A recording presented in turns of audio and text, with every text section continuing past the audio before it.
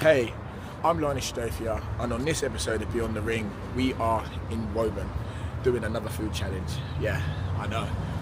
Today, we are, in my opinion, at one of the best Indian restaurants down this side of the country, Rye Woburn.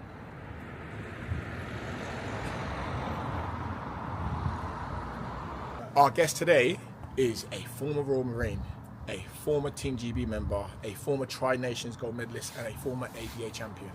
Should we go meet him? Let's go. Yo, trapped in the trap, trying to see it back. I just need stats like mountains, and I need drip like fountains. Me and my ones do shifts, I keep that back. I don't play rounders. I don't want to creep in houses, so the packs is deep in trousers. Somehow I still ball howlers. But the pick ain't perfect, I just make sure that the movie's worth it. Gotta be sweet like Werther's. Better stop that, drop that if it ain't working. Grab the pack and hit the strip and get that fucking twerking. We ain't in a discussion, seen corruption, wait till I upgrade virgins. Them man act funny in person, sort that problem, public serving. Last time that I done it was worth it. 3 days, my foot weren't working. I had to do mileage or phone a friend, shout Essie was serving. Same time the gang had the feds all serving. Grab 6 for attempted murkins, and we don't chat for Birkin. Masala dosa, that's like a rice pancake, crispy one. So we serve it with sambar, which is a homemade lentil stew, you can say, with coconut chutney and tomato chutney along with it. Next to it is the aloo paratha, that's like stuffed pancake with potatoes in it, served with raita and mixed vegetable pickle. Then comes your cheese and garlic naan along with dal makhani. Then this one is the Rai Grand Thali. We have different small items in it, starting with your onion and spinach bhaji. We have the kafil chicken tikka, home style lamb curry, that's butter chicken, paneer butter masala, heng dhania aloo. Then you have the dal makhani in it with some pickle, raita, saffron pilau rice. That's the butter naan, a roasted papadum, and gulab jamun as a dessert. And that's all. That's all. That's all. Meant to be done. 45 minutes to do this, yeah? Yeah. Don't let me down. No, I'm Yeah. not gonna. 3, 2, 1. Let's go. Let's go. Let's go. Let's go. Let's go. Cause I need all prop extended. If my nigga need that help, I'll lend it. You don't wanna ask too much. I took that path, I done too much. Yeah. I built this tweet, I flip this free. They know it's me, but it's too hard to know it's me. If it ain't broke, don't mend it. Till this day, I ain't never been sentenced. I took that path and done too much, but still I ain't on a regretting. I know about neglecting, gassed up youths holding injections. Next time that you run them, let's make sure. How many fights you had now in the fund? 4. Not fair. Yeah, done my first year. I boxed my debut a year ago, last week, on the Wembley Arena one. Bagged it to 7.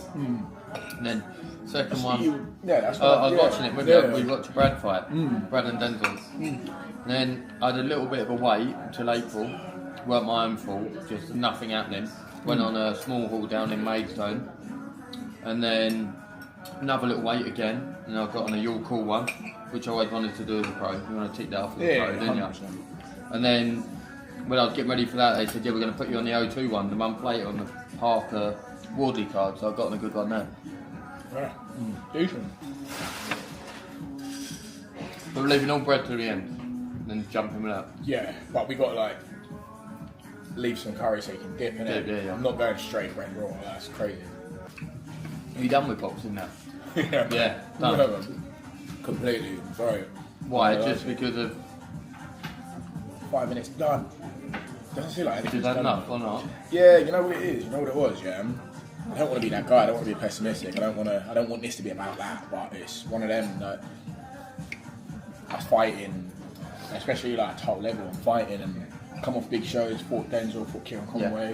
Haven't both of them did go my way. Weren't like outward. It weren't like they were all close fights. And you know where you're meant to just kind of like, yeah, let's have a little fight, spring back up. You know what I mean? And then the board said to me, you know, yeah, it's one of them. There's a lot of people in front of you. There's a lot of mandatories and things like that. So you're gonna have to work your way back. You're gonna have to do the hard bit. That's fine. I had like 2 or 3 hard fights. I mean, 2 or 3 comeback fights. Sorry. And got shot for English again. Won that, and I was expecting some offers. Nothing came through. Defended it. Expected some offers. Nothing came through, and it was just like kind of when I got like kind of like press some buttons and put some my foot on some people's necks, and I said, look, what's the crack?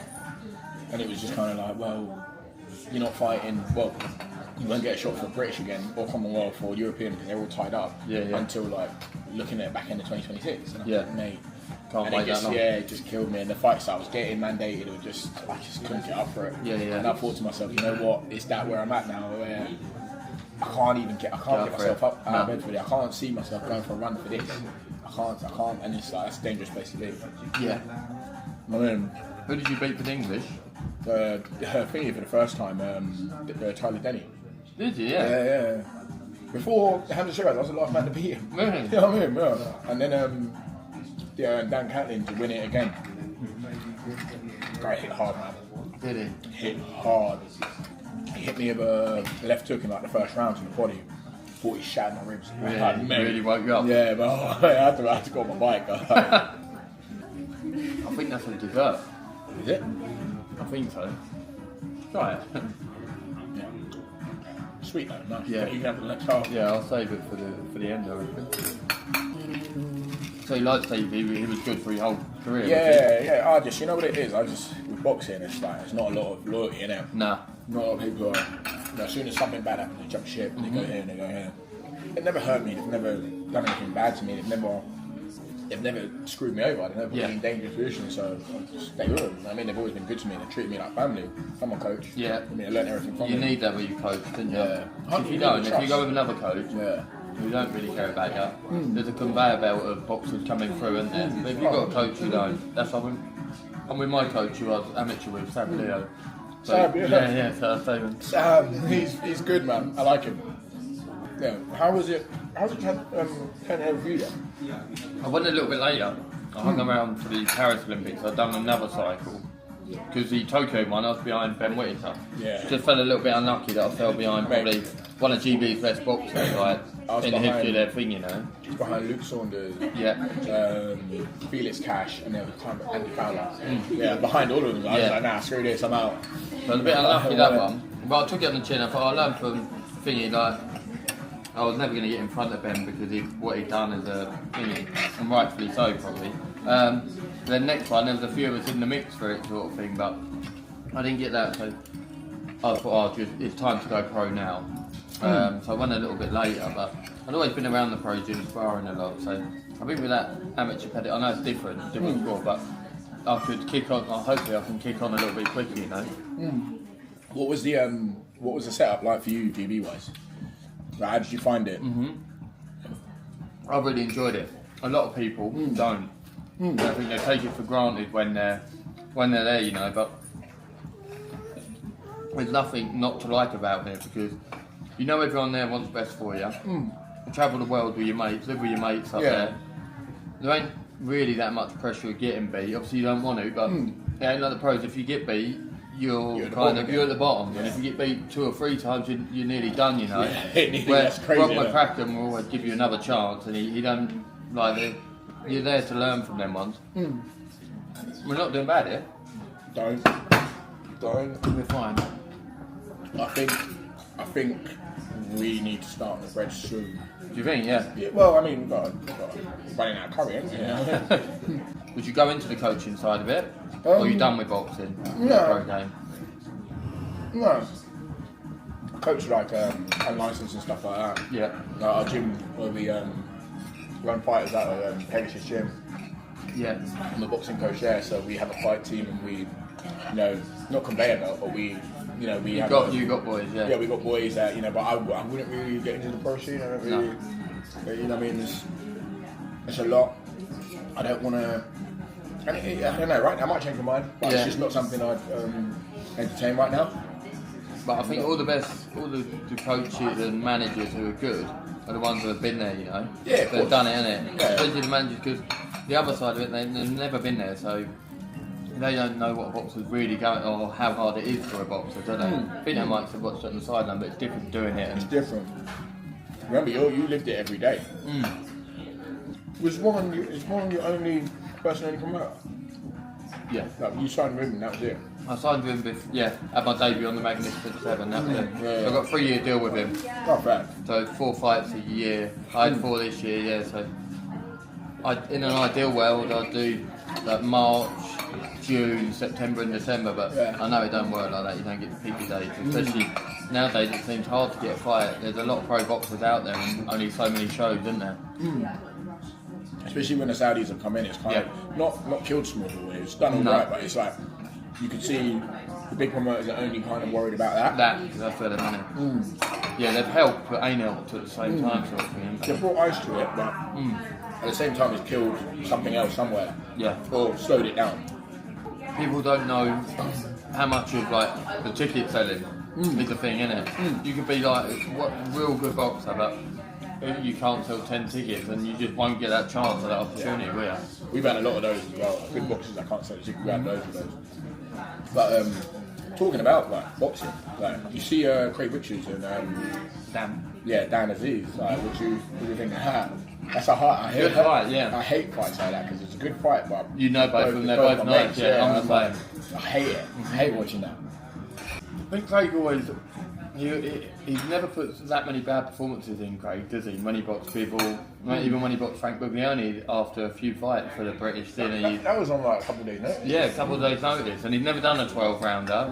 And he did. He went points, did he? Yeah, went points. Yeah. I don't know.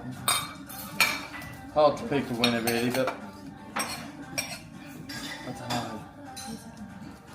Who do you think? I am not. I'm going Yeah, to you be can't, political. I don't know. I just hope it's a good fight. Yeah. I just hope it's a good fight. 30 left. 30 left. How do you think we're doing? We ain't doing bad. Not doing too bad. I would have got the bread out, most of the bread out of the way first. Put yourself up early, yeah? Yeah, but I feel like that other stuff is easier to get down. See you at the end when you're struggling, that's the last thing you want to be looking at. I'm telling you now, that's the last thing you want to be looking Who says we're struggling? at. Not yet. Do you think Joshua does Jake Paul first round? Well, Should not do, first shouldn't round. he? No, But he should, shouldn't But, I don't know. It makes sense because if he's trying to cash out, he doesn't want to cash out on Usyk. No. Fury, Dubois, none of them make as much money as Jake No. Paul. Which is mad to say, but if he gets beat, he? There's a chance he could. boxing it. Yeah. But Boxing it. But How much would you take to but he boxed. How much would you take to Yeah. the diet? He Don't boxed swerve good. it. But he's getting enough for the fight anyway that he could never ever spend, or his kids could never spend, could he? He's probably getting, how much do you think he's getting for the fight? 50 million? Who? Joshua. For that fight? fight. For No, more than that. More. Yeah, I reckon either closer to 100 or Yeah. just over it. And he's already got that in the bank as well, hasn't he? Like, You from his hope other so. one. You Yeah. hope so. You hope so. You'd hope that he'd hang on to his, or he'd want his legacy to still be there, wouldn't it? Not bad, dude. Yeah, good. You don't like me, yeah? No, I'm fine. 20 minutes to go. Yeah, 20 minutes. Right, well. We got it. Right. What are we saying? I've got a little pile of bread building up here, haven't I? I don't mind, I'm not going to lie to Yeah, you. you did, didn't you? I'll get started on this rice form. Yeah. You got your eyes on it. I know you've only had like what 4 fights. Have you got your eyes on anyone in your division? There's a couple of us who were doing the Paris cycle all together, who went pro together. So one of them, like quite early on, I'd be happy with. One of them fights, you know, that the loser ain't the end, sort of, like by no means, but the winner would catapult you up there, sort of thing. So you had Rampton, Taylor, who else was there? Connor, but Connor's at light heavy. So like one of them, I think they make for a good fight because you always have a lot of history with people who you sparred over a long time, haven't you? Like me and Felix, or me and Danny Dignam, sparring partners for like 4 years. Then all of a sudden you get mandated, you're like, oh, Got a fight. yeah. Sometimes it makes a really good fight, Yeah. or sometimes you know each other too well Yeah. where it only go on. But the good thing about GB, where you're competing for one spot, everything is a bit like competition, you know. Yeah. So, Well, yeah. so you're always going for it. Yeah, you're not going to give up. You're not going to. No. And if you're getting ready for a fight, you're really going for it. But then when you're off camp, they're probably going for a competition, so everybody goes it. All the time it's pretty full on. Yeah. Who's the best person that you sparred with? James DeGale, probably. Yeah. When he was going for the first and second Truax fight, sparred him both times. On the first time, you could tell something was wrong. Yeah. He'd like done something to his arm or something. Like something weren't right, and he had the surgery the second time. He was just calm. He was just completely different. But I sparred him like when I was like maybe like 10 fights in. Yeah. 10 and I hadn't gone for a title yet, and it was just. It was a weird experience because you're like, you can't really hit him. He's just super fit. He moves. He knows how to what do you call it? He knows how to buy rounds. Yeah. He knows how to just work. He does 3-minute 30 rounds as well, doesn't he? Yeah, but he'll for every 3 minutes of every round he'll work maybe a minute and a half, take the rest off. Yeah. And you just can't get near him. But he's so clever with it. He just like, and then obviously the 11th and 12th is where he shows how much better he is, and it was such an eye opener. But I've sparred a lot of top class fighters, a lot of top class fighters. But yeah, he's definitely probably the best person I've moved around with. What about you? Yeah, I did spar James. My brother used to spar him more, but I was only about 17, 18. Used to do the first 4, and then obviously jump in like an amateur, throw loads, go for it, and then my brother would do the next 8. And then one time I must have done it the week before and jumped in, tried doing 4, really going for it. And then he must have remembered because the next time he absolutely battered me for like 4 rounds, and I remember getting out. That was hard. I think Billy Joe technically, when you spar the pros, you kind of expect him to start slow and plod along and then come on in the last couple, where Billy Joe didn't have that. He's a bit more, he'll come out and go for it really fast from the get-go anyway. He'll bank it early, won't he? Yeah. And we got 12 minutes, yeah? And we got that to get through, haven't we? We've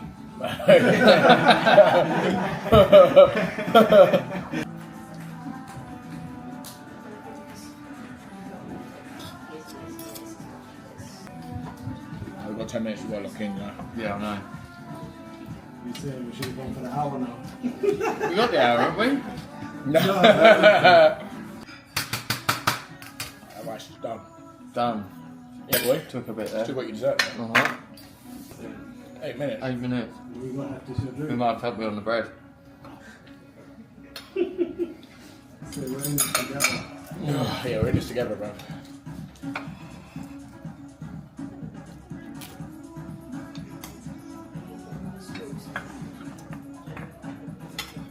Give us sticks now.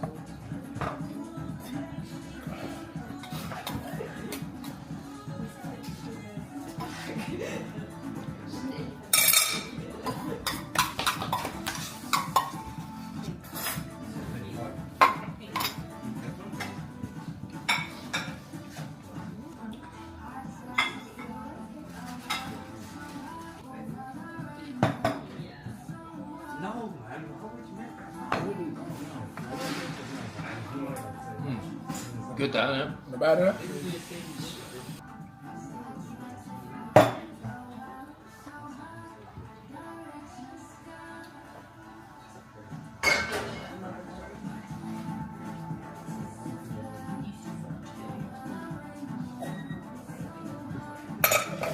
Well, so it's done, yeah? Yeah, man. Cheers. Oh, Did you do it? Cheers, done. yeah, man. Oh, yes,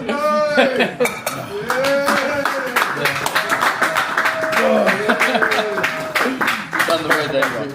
Oh my god. Oh. What are we doing? 40 minutes, 41. 41. 41 minutes, not bad.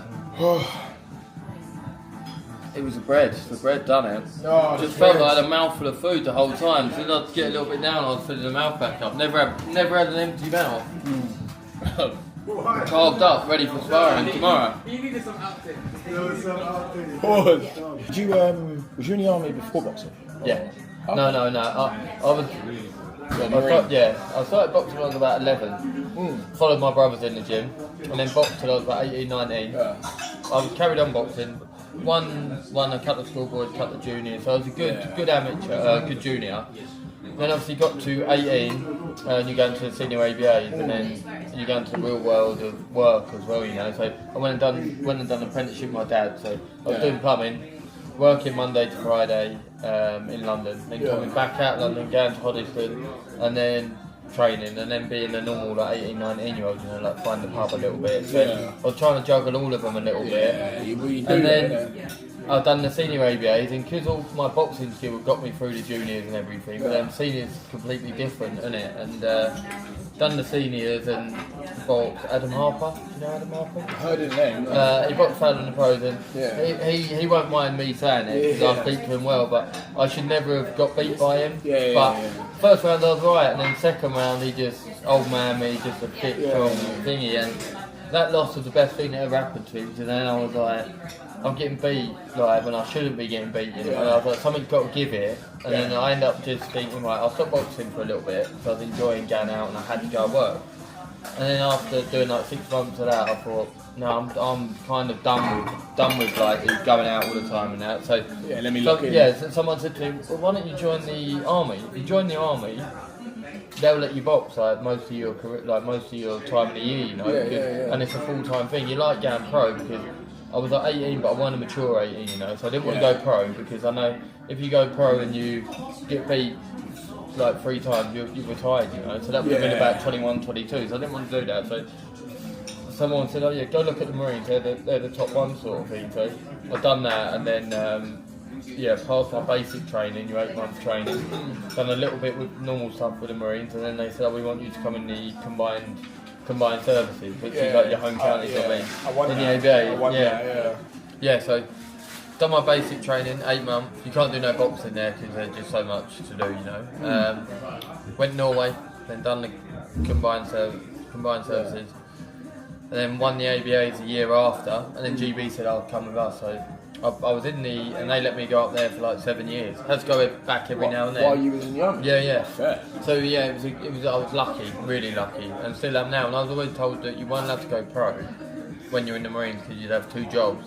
Even though GB is like that, but it's a fund they give, you know. Yeah. So I said, look, I'm ready. I'm going to go pro now. I know I've got to leave, sort of thing. I was like, no, you don't have to. We'll use you as a bit of a recruitment tool, you know. Yeah. We'll keep you in, and I'll go down and help. They have a full-time team down in Portsmouth, Monday to Friday. So I'll go down and help when I'm not in camp. I'll go down there, tick over down there, and train there, be a coach down there, which is good. So I'd like to do that after I finish boxing. Who do you mentioned in Alpha? Who do you reckon do you reckon that was the hardest person you fought or anything like that? The amateur?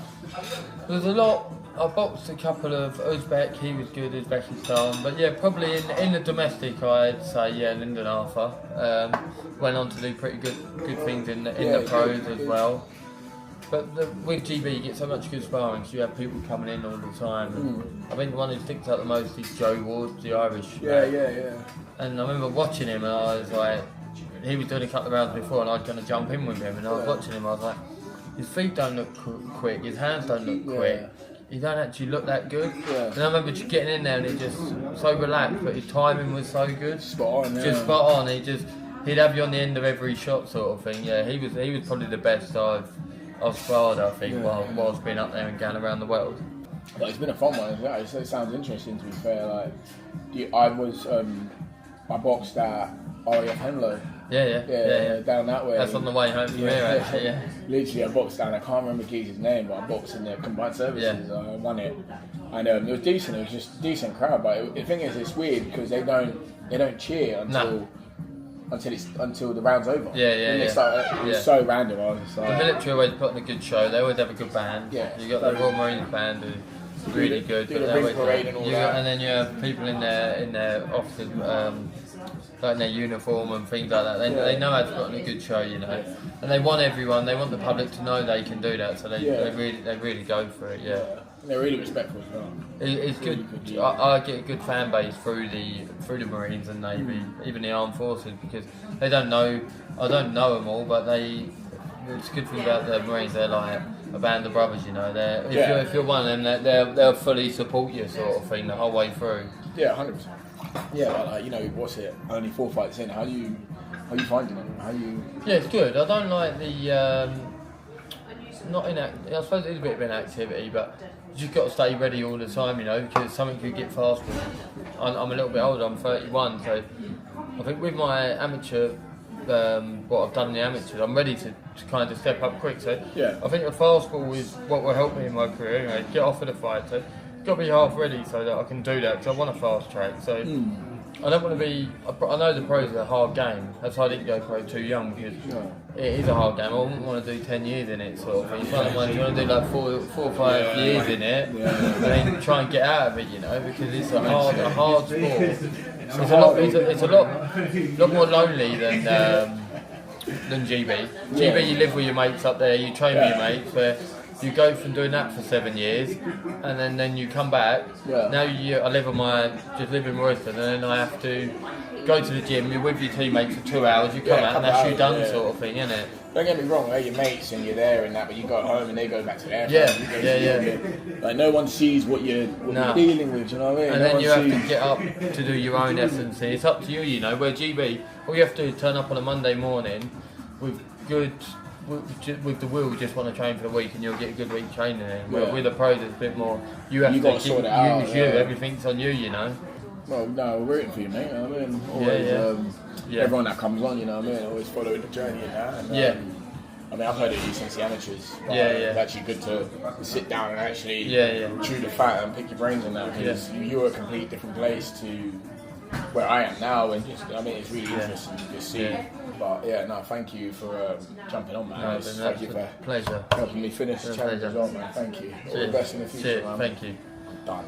So, I'm Lani Shadofia with George Crotty, and this has been Beyond the Ring, beaten, food challenge. Done. Yeah. So the fuck is going on? Yeah. When it comes to the fucking mic.